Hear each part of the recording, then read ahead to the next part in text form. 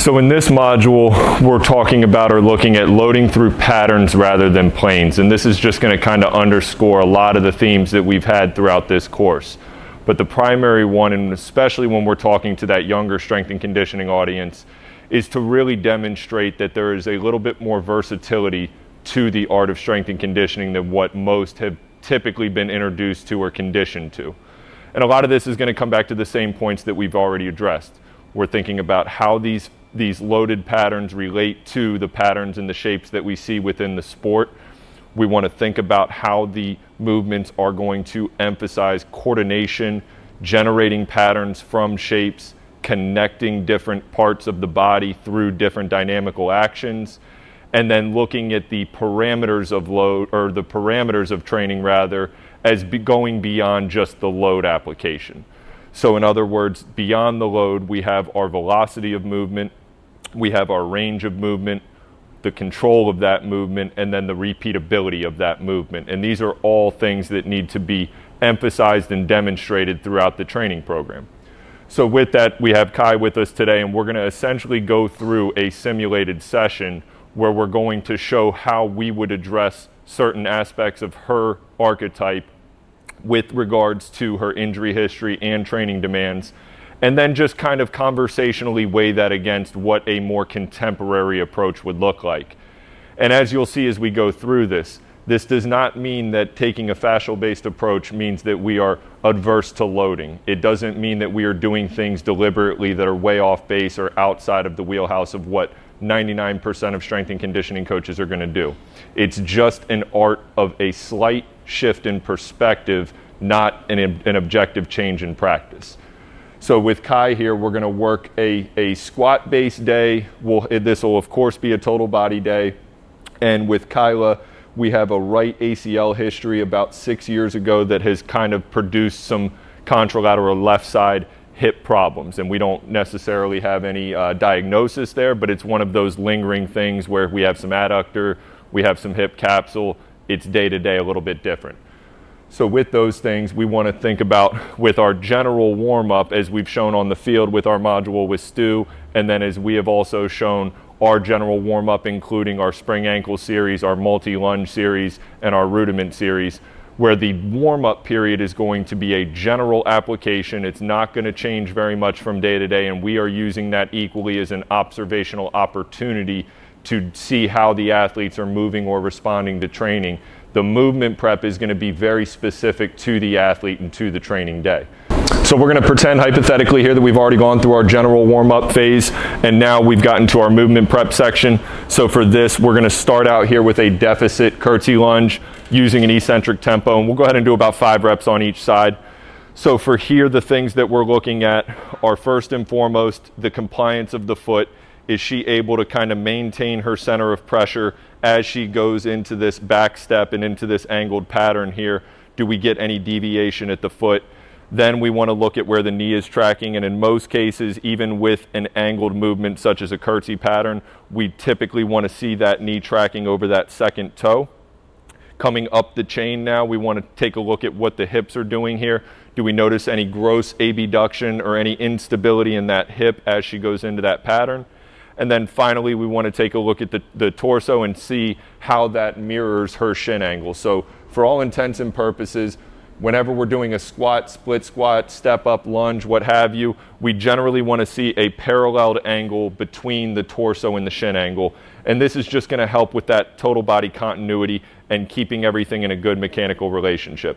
So as Kai is performing these here, nothing is really sticking out dramatically here. These look pretty good. This is a familiar movement from her. She's doing a great job controlling the foot, not letting her big toe get pulled out of position and over supinate as she's going into that, wow, right on cue, as she's going into that curtsy pattern. And then also too, just making note of her hand position, which for her was actually pretty instinctual to just kind of create some tension through the arms. And that's a really great point for this fascial line concept, where we are always thinking about every aspect of the body and how it facilitates the movement. So even though we're not holding anything or doing anything particular to the upper body, counterbalancing through the arms and then creating tension through the hands is going to help us to get continuity through those myofascial lines. So now if we have Kai go ahead and step down, now we're going to come down onto the ground here and we're going to go into a single leg crab bridge. So for the crab bridge here, this is a good one for the posterior side, for the posterior lines. And when we go into a single leg pattern for virtually any movement that we're going to do, you can go ahead and start. We'll go about 5 each side. Anytime we go into a single leg pattern, we are going to change that epimuscular tensional network. So when we change the center of pressure, or in this case, we remove a foot and go to a single leg center of pressure, there's going to be a corresponding change to the tensegrity of the pelvis. So this is a really good example here where this is a simple, basic, primitive movement, and it's perfectly good to be done as a bilateral exercise. But if we are thinking about this total body myofascial line construct, we want to probably utilize as much single leg or single-sided movement as we're able to, just because we'll get a little bit more return on investment on that. As we're getting to that top position of the crab bridge there, you notice Kai's doing a really good job of extending the hip all the way through. Stu has done a really good job, not just within this course, but over the years, discussing how the importance of sprinting is really derived from the ability to create full extension at the hip. So we always want to make sure that we're taking that into consideration with our movement prep, and then feeding that into our patterns that we have for our primary movements. We've done something eccentric, we've done something a little bit isometric, we've worked more of the front side of the body, we've worked more of the back side of the body, so now we're just going to take this into a little bit more of a dynamic movement. We're going to use about a 6-inch drop here, and we're going to have Kai go into a single leg drop jump into a medicine ball pass. And what we'll do here on these, and this is just a good example of how we can build some variability into what we are doing very simply. With this medicine ball pass, I'm going to be moving into different positions, and I want her to maintain her same jump action and then just find where I am to produce that med ball. So for here, I'll start out right in front of her. We're going to go 3 each leg here, Kai, and we're just going to have her kind of fall into that drop landing and then connect to her next step and go ahead and feed me the ball. Whenever we're talking about fascial-based training or fascial-based concepts, we always want to have appreciation for the speed of movement. At the end of the day, it's not necessarily about the force that we can produce, but the speeds that we can. Whether we're talking about the performance side or we're talking about the injury, the ultimate separating quality for most athletics is going to be the rate at which force can be produced, transmitted, or tolerated. So even in a very simple example such as this, with movement prep warm-up periods, we know we want to gradually work to going from more slow or static into more speed or dynamics, and then just adding one more layer to that with this variability piece. Is this the last one here? Yeah. That was it? Yeah. Perfect. So with our general warm-up, consistent, doesn't change much from day to day, great opportunity for observational purposes to assess how the athletes are doing for that day. The movement prep period, we want to start to be more specific, more intentional with what we're doing, and then produce our program based off of what the deficits of the athlete are against what the demands of training are for that day, and then of course under the umbrella of what the KPIs of that training cycle or sport happen to be. So now we're going to move into the primary block here, and today we're going to take a look at a squat pattern. And although it's beyond the scope of this project to analyze this in depth, I do think it is important to make some notes on the differences between bilateral and split stance or single leg based movements. When we're thinking about the myofascial lines, we need to think first about the pressurizing through the feet. And this is it's right in line as to why we do so much of our training in a barefoot position. The fascial lines run from head to toe. We have a lot of fascial surface on the base of the foot, and that pressurization and ability to interface with the ground is going to directly predetermine or predispose rather that subsequent kinetic sequence that occurs up the chain.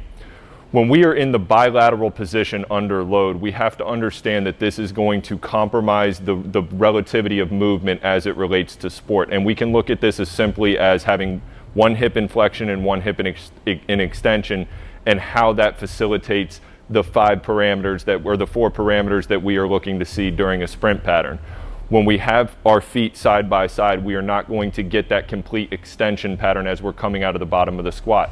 So this really shows or demonstrates why we would favor a split stance position in almost any case. And it's not to say that anything is wrong or one is necessarily better than the other. This is just our belief system. But as it applies in this case here, we are going to have a better center of pressure at the foot. We will have a better tensegrity relationship at the pelvis. And then ideally, or theoretically, I suppose, we will have a more appropriate kinetic sequencing in our squat pattern as it relates to what we are going to see on the field or on the track. So we'll have Kai here go ahead and just show us a demo real quick of what a bilateral squat would look like. And adding to the fact with her is we have had an asymmetrical significant ligament injury or soft tissue injury. So that's going to be another variable with this bilateral position. But as she's getting set, we see that she's getting herself comfortable by trying to get her feet outside of shoulder width.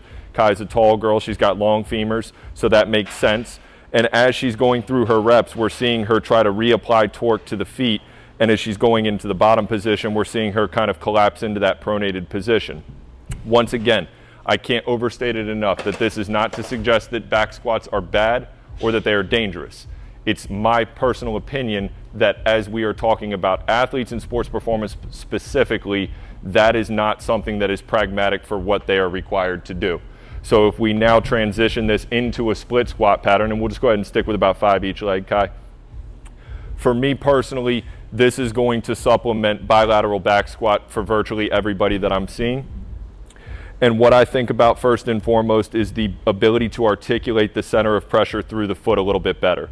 We talked about the reciprocity exchange of the pelvis by having one leg in flexion and one leg in extension. And that's going to be inextricably linked to where this center of pressure is at the foot.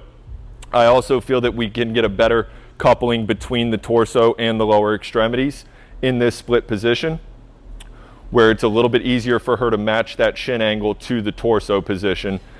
And then finally on the back foot, with the split squat pattern, we are getting active bending through the forefoot. So this is creating mechanical loading through the plantar arch, and then also giving her ankle a little bit more stability as she's going into that back knee flexion. So when we think about the differences between more of a conventional approach and a myofascial-based approach, this is something that gets misconstrued quite often. When we say the term fascial-based approach, a lot of the times our mind instantly goes to a whole bunch of goofy things, a lot of balance drills, a lot of BOSU balls, being very, very adverse to loading, and that's absolutely not the case. If Kai and I were working together and we had a theoretical 12-week program, we are going to progress the load on that split squat pattern no differently than we would in a conventional sense. We're just doing it from a split stance as opposed to a bilateral stance. And as we've talked about throughout this course, it's not just the execution of force or the amount of force that's being applied. It's not just about the velocity of movement. It's the direction in which that force is being expressed or at the speed in which it's being expressed. The direction is going to be largely determined by the position, and I think that's something that we need to have consideration for in our training setting. So now finally getting to our block 3, and this is where I would say that at least for myself, this does probably become somewhat different from what we would see in a typical block 3 or an accessory block. So again, I think a vast majority of our strength and conditioning work has been developed around movements that help improve athletes train better. And again, there is a time and a place for that, and that's perfectly fine. Once we hit this certain phase, this proverbial transition that we have throughout the course of an athlete's timeline, I think that we need to really consider the investment of time and what we are doing that is populating that time. And this to me offers a really good opportunity to fill this time with things that are more in the pursuit of variability, dynamic movements, moving through different planes of motion, moving through different depths of motion, adding different speeds to movement, and ultimately we are trying to improve the athlete's ability to tolerate variability through loading.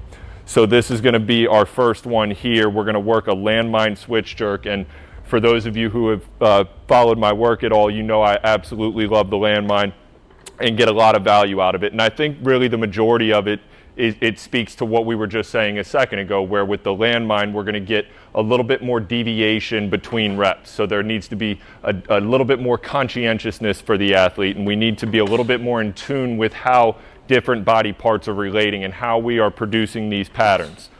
Speaking to the movement itself here, this is a good one when we're talking about speed, power, working to become more dynamic. We want to think about this as having a rapid thigh switch. We want to have short ground contact times. We want to get good flexion in the front leg, good extension on the back leg, and that back leg extension is going to be coupled with good forefoot bend, keeping the heel high off of the ground, so we are maintaining that rigidity through the foot. Next, we're going to come in here and work a kettlebell exercise, and this one we can just call, I don't know, kind of a cross swing to a snatch press combo something. So with this, we're going to have Kai start in a kickstand split stance. She's going to work back into a swing pattern and then step through, drive through into flexion, and then time her kettlebell action with that forward step. As you notice, she is going to kind of vary where her foot placement is on that front leg. So the cue that I gave her before we started recording this was, every time you take a step, I'd like for it to be different. So we can step longer, step shorter, we can step wider, step more narrow. But ultimately, when we don't have a specific deficit or a specific something that we're working for, sneaking in little bits of variability here and there, similar to how we were with the med ball and the movement prep, I believe is just a good way to build a little bit more bandwidth for our movement capabilities. I also like the opportunity to give the athlete some autonomy when we're able to, and things like this are a simple way to apply that. Finally, we'll come over here to the wall, and we are going to work a wall-based isometric here, where we are going to have Kai loosely simulate what would be kind of a blocker acceleration position. We can obviously do this for more of a top-end effect as well, but for the sake of this one, we're going to try to reflect that. So we see here Kai has good foot-ground interaction. Foot is stacked directly beneath the hip here. We have a good degree of flexion on that front leg. We're working somewhat into extension on that back leg, and then we have good hand pressure through the wall here. So again, we can go ahead and relax before you fall over there from tremoring. One of the keys for our myofascial based concepts is being very active through the feet and through the hands. We talk a lot about the feet, but the hands are equally important as well. If we want to think about engaging the full aspects of these myofascial lines, we have to have continuity and pressure through the hand. Yep. So let's go ahead and hit the other side here. So once again, we have her in this acceleration loosely position here. We are going to have her foot directly underneath her hip. Let's go ahead and try to push back into extension a little bit more here. Good. So again, this is a really good representation of some of our posterior and anterior lines here. We're getting a great job we're doing a great job here of getting bend through the foot on that stance leg, and then Kai is doing a good job of pressurizing through the hand, so we're getting that full connectivity from toe to fingertip. Good.